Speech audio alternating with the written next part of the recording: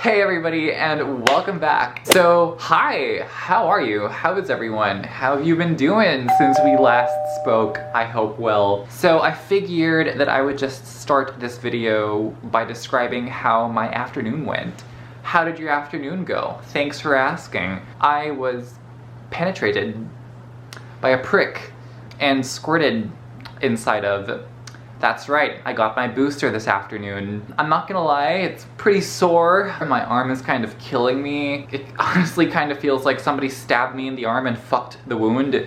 But you know, today we're talking about books, okay? I figured that today I would just sit down and just shoot the shit with you guys. Have a little chill chat about the thriller books that got me into thrillers. Why? Why not? For those of you who don't know, for those of you who are new, hi, subscribe. My literary genres of preference are horror, thrillers, and fairy porn.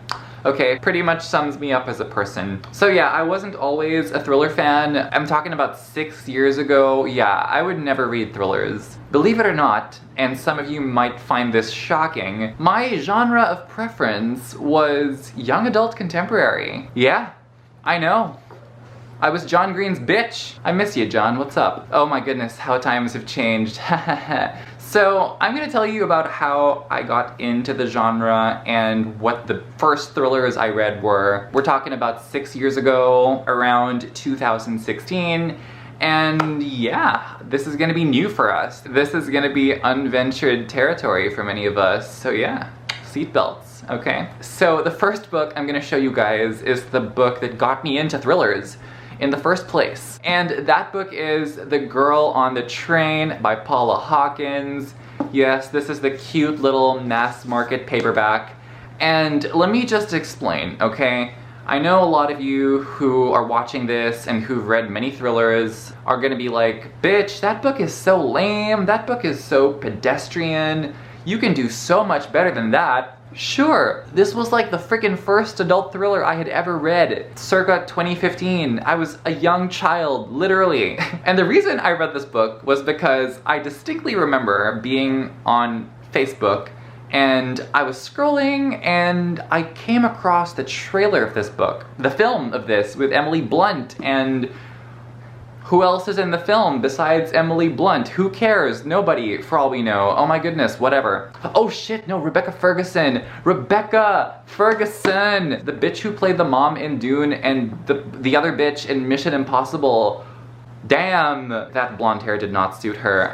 Anyway, so I remember seeing that trailer and not having much experience with thrillers back then, and I was just like, what the F? This looks so interesting. When's this movie coming out? Saw the trailer in April, didn't know the movie was coming out till October, and I was just like, this is not gonna fucking cut it. Like, this is unacceptable. No, I need to know what's gonna happen right now. So the trailer ends. It says, based on a book by Paula Hawkins. First thing I do when I get to the bookstore, I snatch this fucker up with a quickness, okay?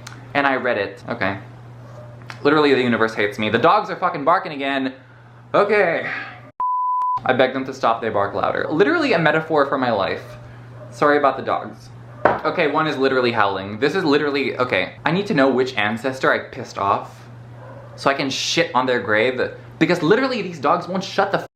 Alright, they've kind of stopped now. So yeah, I do admit that if I had read this now, after having read pretty much hundreds of thrillers at this point, I wouldn't like it, I don't think. Now that I'm thinking back to the story, the resolution, the movie even, I don't know that I can confidently say that I'm gonna like this. But for the sake of, you know, preserving my lovely memories of this book, I am going to just let this stay in 2015. We're not gonna reread her. My 4-star rating will stay the way it is, and those good memories, they don't need to be ruined, because this book, I owe this book a lot, okay? Okay, so as I was saying, I was like a huge YA stan, okay? So the second thriller that I have to show you, and I think this counts as a YA book, however, I would say that it has distinct thriller elements, and that book is What We Saw by Aaron Hartzler, and this book is pretty dark if we're grading on the curve of the YA genre. This one's pretty heavy. This is about this girl who was at a party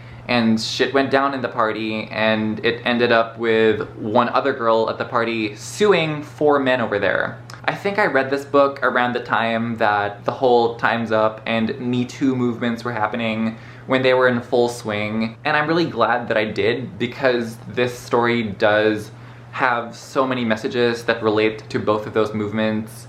And it is really dark, and it did move pretty fast. And after reading this, my YA craze pretty much started dying out because I wanted more of this. The slice of life just wasn't cutting it for me anymore. The next book I want to talk about is Final Girls by Riley Sager, and I left my copy of that book downstairs, so I'm just gonna put the cover over here.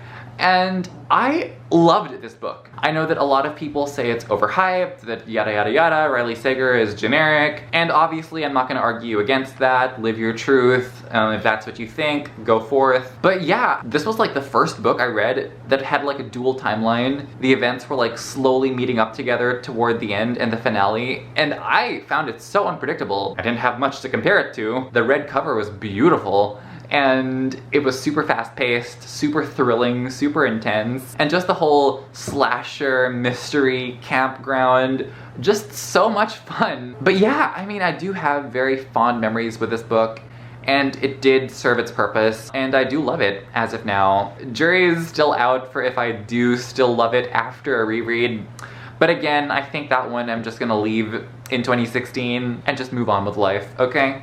Alright, so the next book I want to talk about is You by Caroline Kepnes. No, I have still not seen the Netflix show. Sue me. This book is also really special because I heard about it from one of my bestest friends, Gabby from Gabby Reads. Shout out to you. I discovered her channel because I had just read We Are the Ants, and she was like the only one that talked about that book, and I was like, bitch, be my friend now. Back in like 2015. Yeah, we go way back. But yeah, I binged her channel, and I saw that she talked about this book, and here's the thing that drew me in. This book takes place from the point of view of the bad guy, of the creepy stalker, and I was like, bitch, okay, we read so many thrillers about, you know, somebody getting stalked, somebody getting victimized by people like this.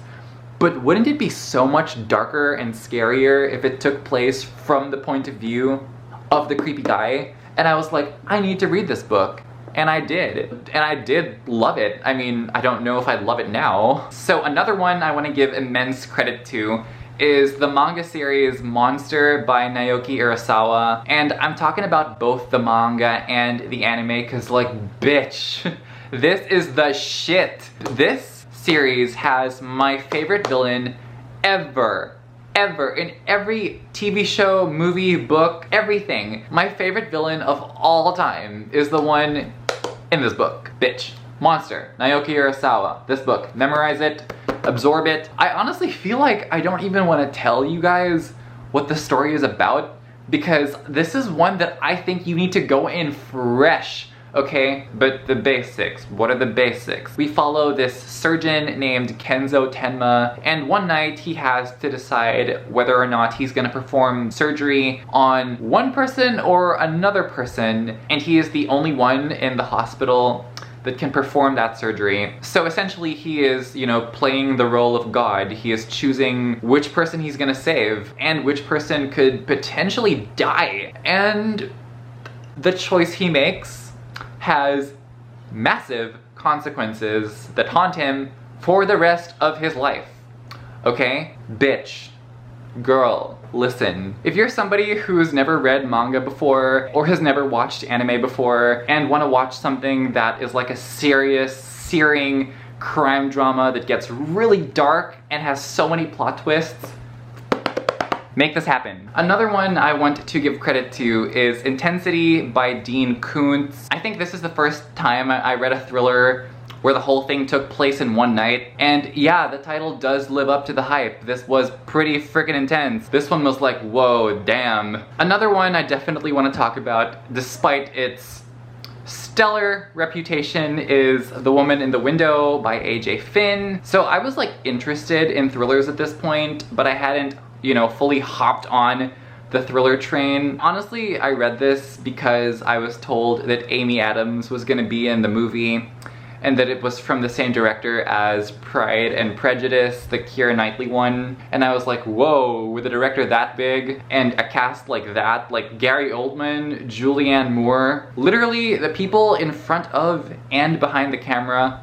was like, I need to know what's going on in this book. It was fast-paced, I enjoyed it. I will say that the story behind how this got published is infinitely more interesting. I want to see that movie, because that is wild. I can understand that 300 movies get made a year, and like 100,000 books get published a year, and people do what they do to get their books known so they can make a career out of writing.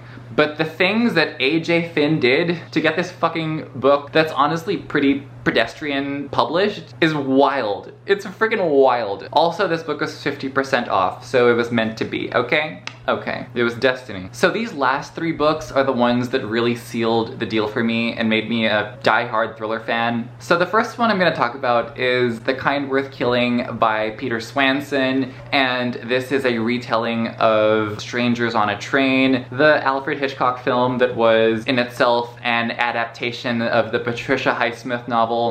Good stuff. And then The Silent Patient by Alex Michaelides. Oh my goodness. Oh my gosh. I have fond memories of reading that book on a road trip and gasping out loud when the twist happened, because this book is that bitch.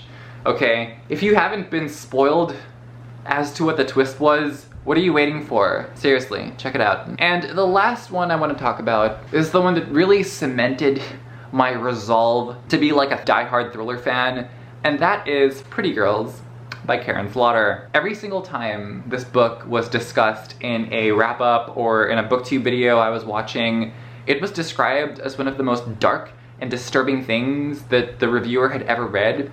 And I was like, I want to get in the know. I want to know what fucked you up so much. And I did, and it fucked me up. And yeah, I was very impressed. I was like, this is intense, and I want more. And yes, there have been some hits and some misses, but so far it's been good. Honestly, good times, fun times. So yeah, let me know if you have any books that did this for you, if you have any thrillers that, you know, converted you into being a fan of the genre. Alright, thank you so much for watching. I hope you had a good time. I hope to see you in future videos, and as always, take care. I lose myself